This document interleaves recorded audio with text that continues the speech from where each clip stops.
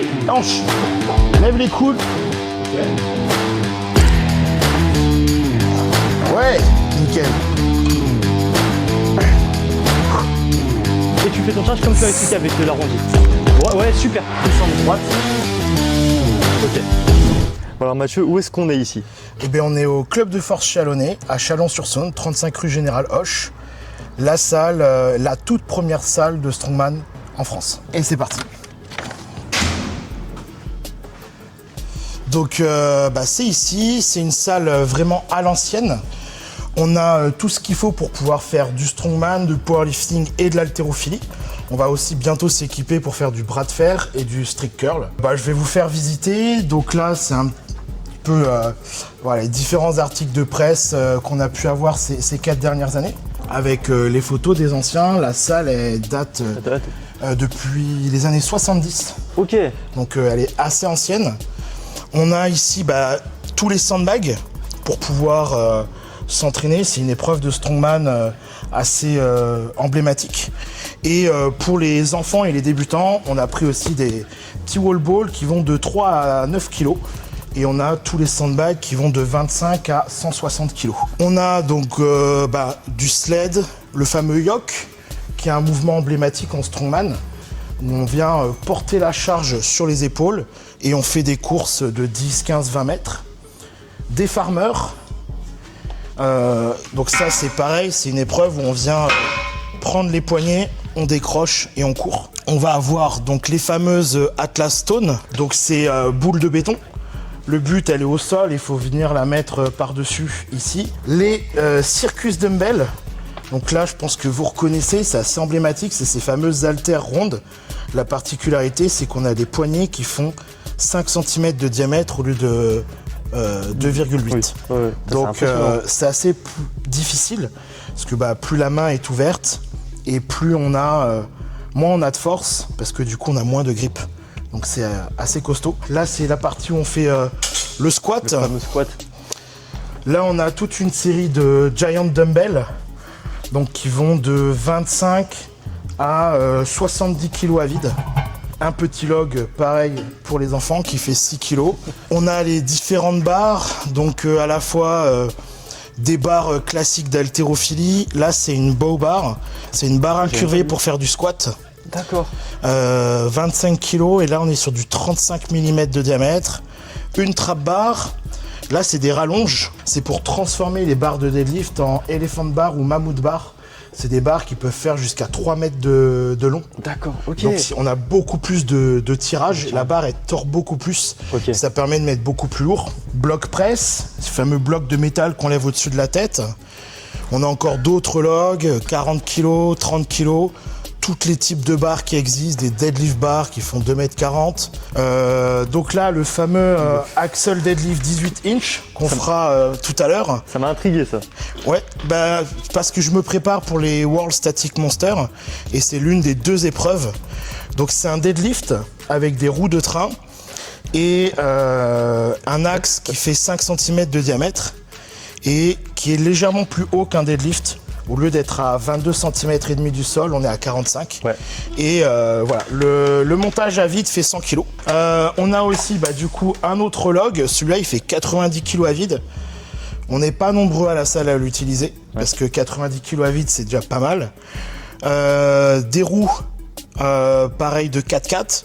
Soit pour faire du deadlift, soit pour faire des mouvements au-dessus de la tête. Donc on a tout type de poids. Là, la petite particularité, c'est des poids calibrés qui font 50 kg à vide. Je connais bien celle-là, c'est pas mal. Ça, c'est cool. Et après, toutes les machines pour la partie renforcement musculaire, presse à cuisse, leg extension, leg curl, hack squat, des tirages. On a un petit peu de tout. Des machines presse. Ça, on s'en sert aussi pour faire de la Viking press. C'est la fameuse épreuve où on vient ici et on doit pousser au-dessus de la tête. Ok. C'est une épreuve qu'on a beaucoup en strongman. Des fois on met des scooters, des fois on met des fûts de bière au lieu de mettre des poids et on soulève au-dessus de la tête. Ouais. Walid, qui est un des hommes les plus forts de France, il a fait justement, je crois que c'est Strongman Champions League Italie, mais je suis pas sûr. Justement, il y avait de la Viking Press et c'était 2 scooters ou 2 VMAX qu'ils avaient mis sur la Viking Press. C'est un peu lourd. T'es chaud, Walid, hein. Dédicace à toi. Ouais, Walid, très costaud. On a des pneus aussi pour faire du tire flip. Et après, là, on arrive plutôt sur la partie renforcement musculaire. Ok. Donc avec tout plein de machines. Et le plateau de powerlifting avec un power rack spécifique pour les powerlifters qui concourent à l'IPF. Donc avec, c'est exactement le même conditions pour le rack, pour faire du couché en compétition, du squat en compétition. Et là, ici, on est en train de restaurer la plateforme deadlift type IPF pour les powerlifters à l'IPF. Donc, on va leur fabriquer une plateforme. Là, on est en train de le faire avec des dalles, plateaux, etc. Et du coup, tous ceux qui veulent faire du powerlifting IPF d'ici 5 jours pourront, quand la vidéo sortira, il y aura la plateforme et tout. Et ils pourront s'entraîner en conditions de compétition. Voilà un peu le tour de la salle. Ok. Non mais vraiment, il y a, comme je l'ai dit, une ambiance, il y a une aura, dojo. Non, ça fait vraiment. J'aime bien, c'est que l'ambiance old school, ça marche vraiment bien. Je trouve que, moi, personnellement, j'aime bien parce que ça me fait penser un peu aux anciens films et comment on s'entraîne et tout, etc. Ça me fait penser un peu à Arnold quand il s'entraînait à l'ancienne et tout. C'est vraiment l'ambiance qu'on aime bien ici. Et c'est une ambiance très familiale. On a le plus jeune à 16 ans, le plus ancien à 72 ans. Tout le monde s'entraîne ensemble. De tout type de niveau, des loisirs comme des athlètes de niveau mondial. Il y a vraiment tout le monde qui s'entraîne ici dans une bonne ambiance, une bonne humeur et ça fait super plaisir. On va s'échauffer, ouais. Si après toi tu as un échauffement particulier qu'on peut faire, etc., on peut le faire comme ça. On va faire ce qu'on fait tous les lundis, mercredis, vendredis quand on donne les cours. Ouais. Donc 5 minutes d'échauffement cardio et puis après on va faire préactivation. Et après, on part sur la séance. Donc, c'est un mouvement de préactivation que je fais faire beaucoup. Donc, c'est le King Deadlift. Tu te mets en équilibre sur une jambe, tu viens descendre. Et en fait, l'idée, c'est juste de venir toucher avec le genou, ok, et de venir chercher un léger contact pour, travailler à la fois la proprioception de la cheville, genou et de la hanche. Tu fais pas juste descendre, le but c'est vraiment de pousser les hanches en arrière, hop, et tu remontes. Ok. Tu pousses les hanches en arrière. Comme ça ? Ouais, voilà. Ok. Ça me fait penser au pistol squat. C'est un peu le même esprit, mais là on travaille sur une amplitude réduite. Et ensuite on va donc passer sur un autre exercice. Donc là, on vient... toujours en appui sur une jambe et on vient ouvrir la hanche derrière. Ça va juste venir remobiliser un petit peu les hanches et pareil de l'autre côté. Alors moi, j'ai pas de souci avec cet exo. Vous le faites pour le squat aussi ? Exactement. Ouais. Je m'échauffe vraiment longtemps pour le squat.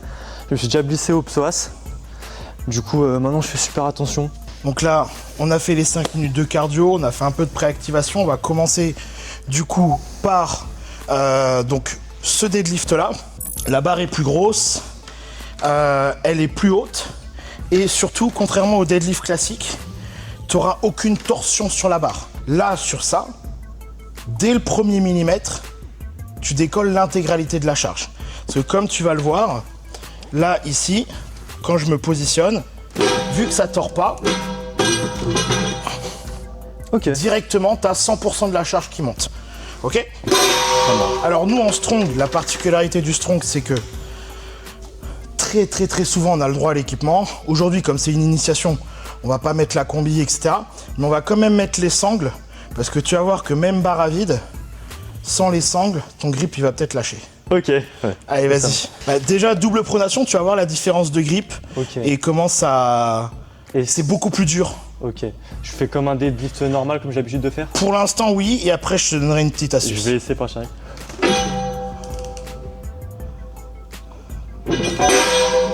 Ça va, mais le grip, je comprends comparé aux autres barres. Voilà, la petite astuce, c'est que comme on va démarrer plus haut, si tu te positionnes aux positions de départ comme si tu étais sur un deadlift normal, ça va pas être optimal. Donc en fait, il faut que tu prennes tes repères pour que ta position de départ sur ce deadlift-là, ce soit la position que tu as quand sur un deadlift normal, tu as déjà la barre à ce niveau-là. Ok. Et donc pour moi, ça correspond, quand je suis là, je suis déjà un petit peu sur l'arrière, tu vois. Et du coup, quand je vais enclencher mon mouvement, je me penche légèrement sur l'arrière. Parce que nous, la particularité, c'est qu'on a le droit à l'appui cuisse. Ok. Donc, on va légèrement céder. Je vais venir ici, je tire mon slack et je me penche en arrière. Tiens, essaye avec ça, tu vas voir la différence. T'attrapes la sangle Ok. et tu prends ta barre. Et surtout, tu fais glisser sur les cuisses dès que t'as passé les genoux. Voilà. Est-ce que tu veux qu'on rajoute un peu de charge? Allez, on va rajouter un peu de charge. Tu veux combien en plus? 20 de chaque côté? On peut tenter 20 de chaque côté, on fait 140 direct. Allez. Moi, sur ce mouvement-là, je fais des jumps de 50 kg. Ok. Jusqu'à à peu près 300. Et à partir de 300, là, je fais des jumps entre 20 et 30 kg. De toute façon, je suis encadré, les gars, ne vous inquiétez pas. Yes. 180, mais faut que je mette la ceinture alors. Ok. Ça devrait passer normalement. Ok. On a le droit à la magnésie aussi, comme dans tout le. Magnésie, talc. Je vais voir Nous, si on a je- le droit à tout l'équipement. Hop.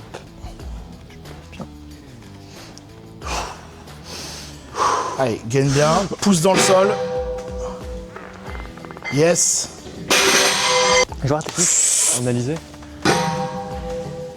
Ok. On met quoi?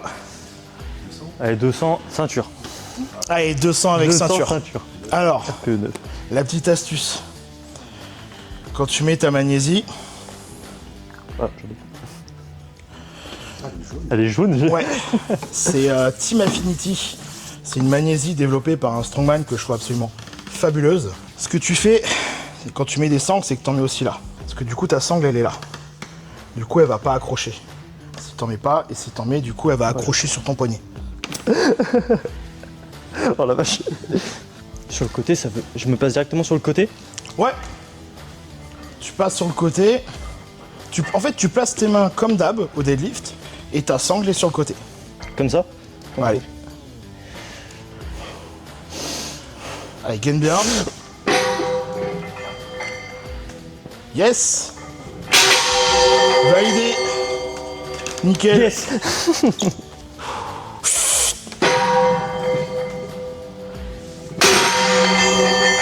RPE, j'avais pas d'RPE. RPE, ça va. RPE, ça va. Nous, il n'y a pas un règlement qui nous dit comment on doit faire un log. Un log, je peux le faire, par exemple, en Viper, en un seul coup. Je peux le faire en strict. Je peux le faire en push press. Ok. Je peux le faire en push, en double dipping. Je peux le faire en jeté fente. Ah ouais, il y en a, ils le font comme en haltéro. C'est assez rare. C'est plus dur. C'est assez rare. Ouais. Mais il y en a qui le font. Première partie, c'est vraiment un deadlift. Ok? Une fois que tu es là, tu descends droit. Surtout, tu te penches pas en avant. Tu restes droit. Tu viens t'accroupir. Là, le buste droit, les coudes plaqués sur le log. Tu regardes vers le haut. Tu remontes comme un front squat. Et à mi-chemin, hop, tu envoies le log avec un coup de hanche. Ok. Une fois que tu es là, flexion et tu pousses. Regarde loin devant toi. Ok. Là, tu fais un deadlift. Ok, avec le Un slack. deadlift. Ok. Ouais, ouais. Vas-y, vas-y. Debout. Voilà. Ah, debout, ok. Là, écarte peut-être un petit peu plus les pieds. Ouais. Tu descends accroupi en gardant le buste droit. Tu le colles sur le sternum. Non, non, garde-le en appui sur les cuisses. Hop. Et là, tu descends. Voilà, tire sur le sternum, comme si tu voulais faire un rowing. Et là, tu remontes comme un front squat. Tu remontes. Et t'envoies avec les hanches. Alors, avant d'être debout, fallait l'envoyer avec les hanches. Ok. Ok. Comme ça. Ouais. Après, Tu descends. avec. Essaie d'avoir les coudes vers le plafond. Ok. Allez, envoie avec les hanches. C'est presque ça. Presque, les hanches, c'est le plus galère.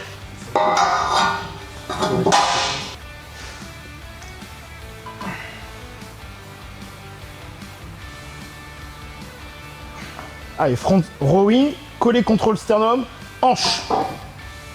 Je l'ai mal fait. Tu l'as pas mal fait, tu l'as fait en Viper. Tu vois, quand tu es là, à mi-chemin, c'est vraiment le coup de bassin qui le fait rouler sur toi et arriver sur tes épaules.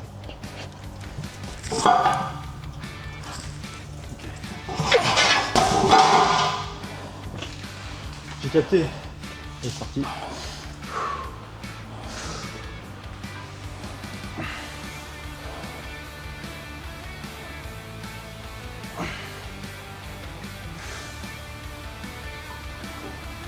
Ouais, c'est mieux. C'est mieux. Si tu le fais pas rouler sur toi, ça monte plus. Si tu fais pas la pause aux épaules, Ouais. ça montera plus. 30, 40, 50, il y a 48.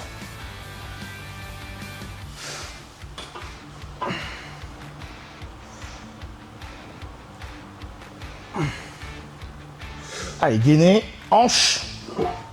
Lève les coudes, lève les coudes, lève. Ouais.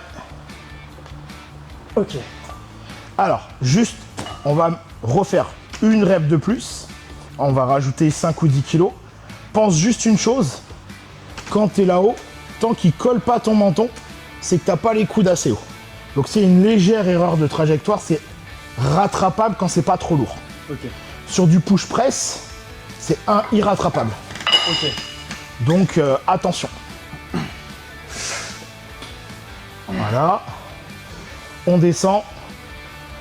Quand tu remontes, un grand coup de hanche. Allez, hanche. Lève les coudes, penche la tête, voilà. Push, presse. Alors, du coup, tu as tout fait en strict. Ouais. C'est bon. Bah, du coup, sans le vouloir, tu as fait les 3 techniques, on va dire, majeures de base. Le Viper, le push press et le strict. C'est autorisé ça ou pas? Ah oui, oui, c'est complètement autorisé. Moi, c'est mon mouvement préféré sur tous les mouvements d'overhead. C'est celui aussi où je suis le plus fort. J'ai le record de France U80, U90. Okay. Et là, au World Static Monster, je vais essayer d'aller chercher le record d'Europe. C'est 100. Là, il est à 136. Donc l'objectif, ce serait de faire 137,5. Voilà. Ah ouais, on passe à la suite. Ouais. Les fameuses Atlas Stone. Donc, c'est ces charmantes petites boules de béton. Donc, on vient se positionner pour avoir les mains parfaitement au centre de la stone. Pour éviter d'avoir la stone qui bascule vers l'avant ou vers l'arrière. Donc là, tu vois, pour t'aider, il y a la démarcation. Tu viens positionner tes mains de chaque côté. Et une fois que tu as les mains sur la stone, c'est tes avant-bras qui viennent écraser la stone, comme si tu tirais un slack. Ok. Ok. Et là, tu viens positionner tes mains en dessous. Ouais. Tu tires ton slack. Ouais. Tu tires ta stone pour la mettre sur les cuisses. Ouais. Une fois que tu es là, pour savoir si tu as la bonne position, un doigt suffit à tenir la stone. Ok. Si elle roule, c'est que tu es soit sur l'avant, et donc là tu vois, ça tombe, soit que tu tombes sur le cul. Ok. Ok. Donc là, une fois que tu es là, comme au log, elle est collée sur le sternum, tu viens positionner tes mains, pas en dessous. Ouais. Parce que bon, quand c'est léger, ça va, mais quand c'est lourd, tu t'arraches un biceps. Pars légèrement par-dessus. Et c'est une pression des mains de là vers le sternum. Ok. Et une fois que tu es là... Et tu fais un câlin à la pierre. Exactement. Ok. Ça va se passer en 2 temps. Tu lèves le cul. Ouais. Et tu montes sur les pointes de pied. Ok. Ça doit être la 50, celle-là. Alors attends. Ok. Juste me rapprocher. Yes. Voilà, voilà. Là, tu t'assois. Descends, descends, descends, descends, descends, descends. Voilà, les coudes légèrement par-dessus. Non, comme ça. Voilà, les mains l'une sur l'autre. Tu tires, tu lèves les fesses et t'envoies avec les hanches en montant sur les pointes de pied. Voilà. Ok. On va gommer juste un tout petit défaut avant de monter. Là, pour l'instant, tu le fais pas, tu vois pas la nécessité. C'est un peu comme au log, tu sais, quand il a fallu qu'on monte un peu pour que tu vois la nécessité de faire rouler le log sur toi. C'est l'importance de ce qu'on appelle, nous, la triple extension. La triple extension, c'est extension de la cheville, extension du genou, extension de la hanche. Et une fois que tu es là, Ok. ok, donc on essaie d'en refaire une et tu essayes de monter sur les pointes de pied. Et là, tu montes sur les pointes de pied en décollant les talons. C'est mieux. C'est un peu mieux. Et c'est que des PR aujourd'hui. Ouais. Tu vois, c'est en sous PR, 4 mouvements sous PR. Hop. Elle a combien celle-là 50 67. Allez. Tu gaines. Pose sur les cuisses. Voilà, nickel. Et là, allez, tu montes. Ouais, nickel. Parfait. Allez, on va essayer la 80. Là, on va monter très légèrement de diamètre. Elle fait 2 cm et demi de plus. Normalement, ça devrait passer vu comment la 67 est passée. Si tu fais tout ce que je t'ai montré avant, c'est sûr ça passe. Ok. Mais pas d'erreur possible. Ok. Et 80 kg pour une première séance à 80 kg de poids de corps, Même pas. c'est vraiment bien. Même pas. Tu vois, donc là, tu as plus lourd par terre que toi. Tu gaines, t'amènes sur les cuisses, voilà, tu l'as. Allez, un gros câlin, tu la serres fort contre toi. Et là, lève les fesses, boum. Yes. Allez, pose. Tu l'as. Yes. Nickel. Bravo. En règle générale, une compétition de strongman, c'est 5 épreuves sur une journée. Tu commences à 10h, tu finis à 18-19h. On va dire que l'immense majorité, c'est ça. Après, il y a des formats un peu particuliers. C'est souvent les grosses compétitions, les compétitions professionnelles, voilà, les championnats. Mais moins d'une journée, ça n'existe pas. D'où l'importance de boire et de manger. Oui. Allez, dernière épreuve. Aujourd'hui, on va faire... donc on a fait deadlift, on a fait presse, on a fait les stones. Et là, on va faire une épreuve de déplacement, donc la plus basique, on va dire, et la plus facile à mettre en œuvre. Ok. Donc les farmers. Là, on va voir la technique de base, bien au centre des farmers. Ok. Et tu viens verrouiller en pivotant ta main. Et petite astuce, le pouce, tu le mets pas sur l'index. Sinon, tu as 3 doigts qui sont pas verrouillés, et du coup, ta main, elle va s'ouvrir. Et après, tu tiens tes farmers qu'avec 2 doigts. On vient, si possible, mettre sur le majeur. Ok. Ok. Ça demande un petit peu de souplesse au niveau du pouce. Ouais. Peut-être qu'aujourd'hui, tu n'y arriveras pas. C'est pas grave. C'est pas grave. Ok. Allez, ben déjà, on va essayer à vide. Donc, on se place au centre. Ouais. Les mains bien au centre des poignets. Ok. Tu regardes loin devant toi. Tu décroches. Et une fois que c'est stable, tu marches. Là, on va faire des petits pas, un tout petit peu plus grand, et un petit peu plus vite. Ok. Et là, tu vas au bout, et arrivé au bout, tu poses. Yes. Ok. On va mettre un petit peu plus de poids. Toi, tu préfères celui-là, ou en termes de parcours, ou le yoke, le yoke. Ça n'a rien à voir. C'est 2 sensations qui n'ont rien à voir. Après, à choisir, je préfère faire du yoke. Ok. J'affectionne un peu plus le yoke que les farmers. Allez, essaie d'être un petit peu plus dynamique sur les pieds.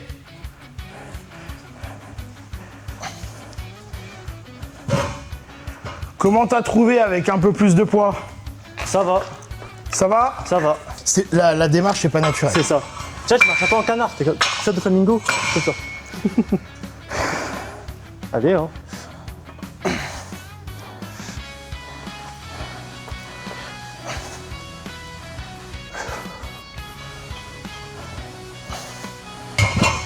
Bon, pour l'instant, c'est facile. 40 kilos.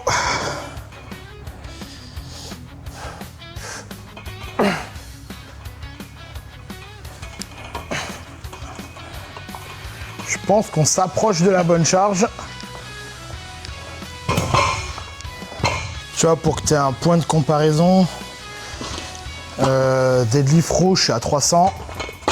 Farmer, je dois être entre 130 et 140 les bons jours par main. Ok. 30, 40, 50 kilos par main.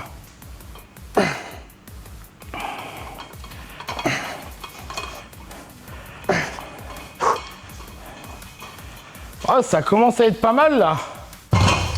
Ouais. Allez, et là, accélère, accélère, accélère, accélère. Cherche la vitesse. Plus vite tu arrives au bout, moins tu as de chance que ton grip lâche. Top. Je pense qu'on va s'arrêter là pour aujourd'hui. Ah, du coup, maintenant, c'est à mon tour. Ah bah oui. Là, Allez, traction dips. Alors, Ouais, on ça commence par quoi? toi, fais-moi la traction comment tu fais. Ok.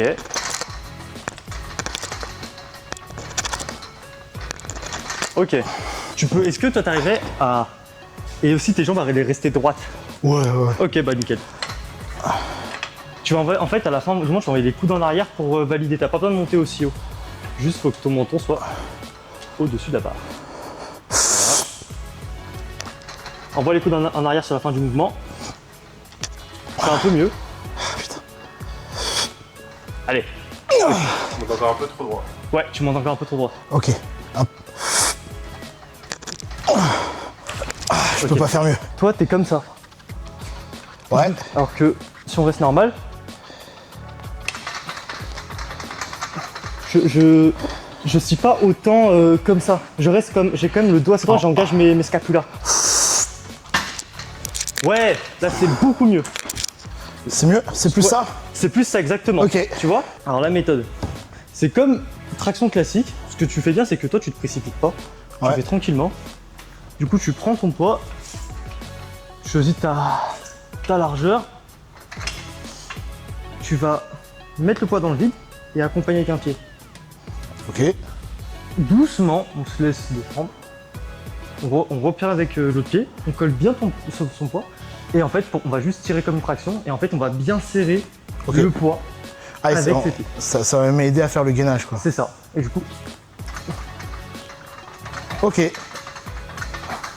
voilà. Allez. Voilà, tranquillement, voilà. Ok, et là tu serres à fond et tu fais ton charge comme tu as expliqué avec l'arrondi. Ouais, super, parfait. Elle était clean, hein. Là, 25 kilos pour Mathieu. Voilà, comme je t'ai dit. Voilà, tranquillement, tranquillement. Voilà, parfait. Et tu pars quand tu veux.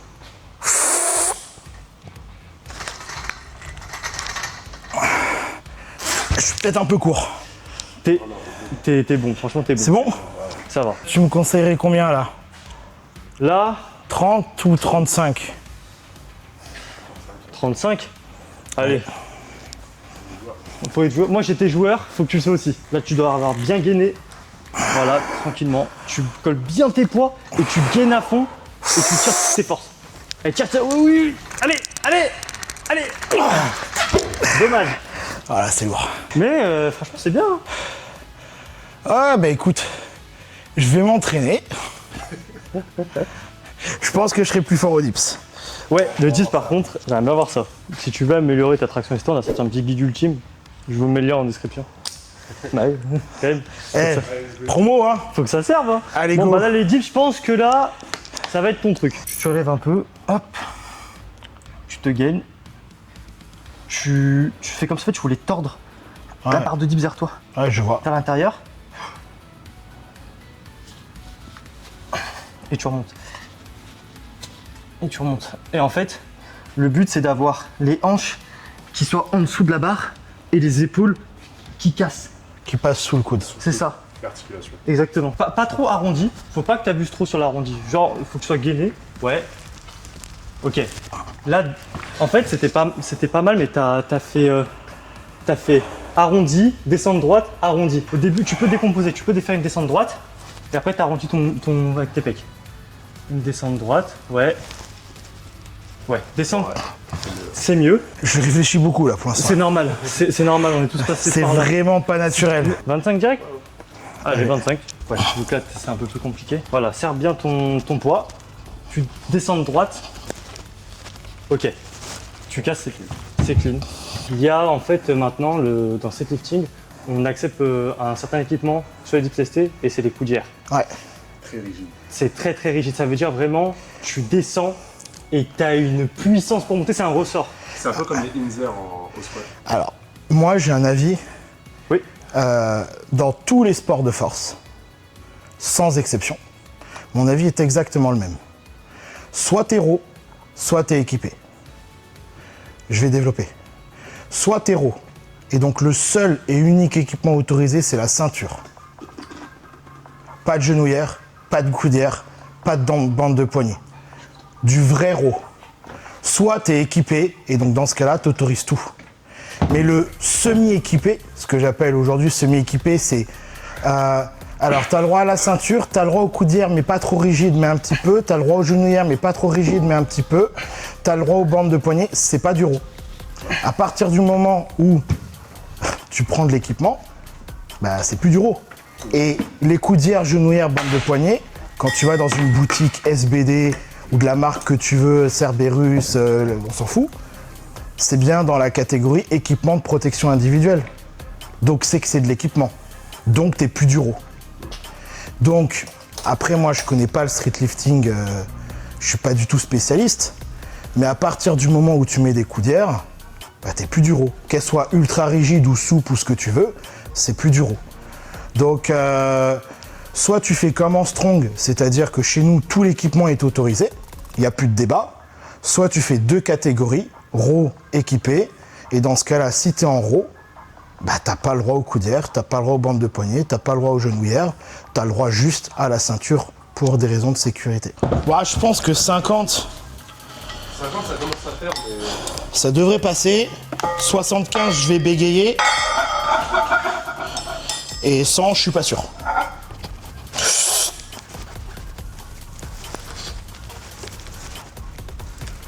J'ai l'amplitude ou pas? Ouais. Ouais. Mais fais gaffe, tu perds Gainage ton gainage. sur la descente. 75. Allez. Bah, on va essayer. Alors moi avec la box flow, tu vas avoir une bonne passe d'énergie.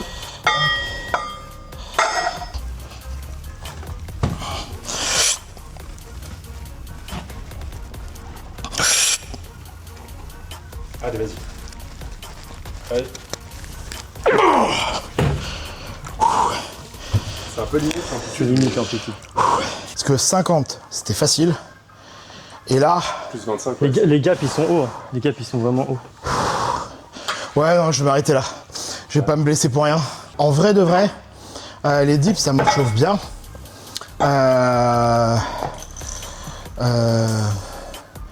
Donc je pense que je vais m'entraîner dessus. Parce qu'en plus, sur les 4 mouvements du streetlifting, bon, le squat, j'en fais déjà beaucoup. Mais on va dire sur les 3 autres, c'est celui qui est le plus facilement, je pense, transférable aussi pour ma discipline. Donc ça me permettrait absolument pas de court-circuiter en fait ma prépa. Par contre, même je pense que je peux y gagner en force et en puissance dessus. Et je trouve ça super cool comme mouvement. Donc pourquoi pas bien m'entraîner, essayer de passer les 100 kilos là en 2026. Et puis bah pourquoi pas venir faire du dips only sur le championnat de France de streetlifting, ça pourrait être rigolo. Et voir ce que ça vaut contre des purs streeteux. Il y a de la technique, mais faut aussi un peu de rage quand t'es en bas pour remonter, sinon tu remontes pas. Donc ça je kiffe, ça vraiment je kiffe. J'adore ce mouvement. Bah écoutez, ici c'est ce qu'on fait la vidéo. Du coup si ça vous a plu, abonnez-vous, likez, mettez un commentaire. Allez sur les réseaux du coup de Mathieu Pauvois. Et voilà, et du coup bah, on se retrouve pour une vidéo, pour un nouveau contenu avec un sport ou sur du contenu purement streetlifting. On se dit à la prochaine. Allez, ciao!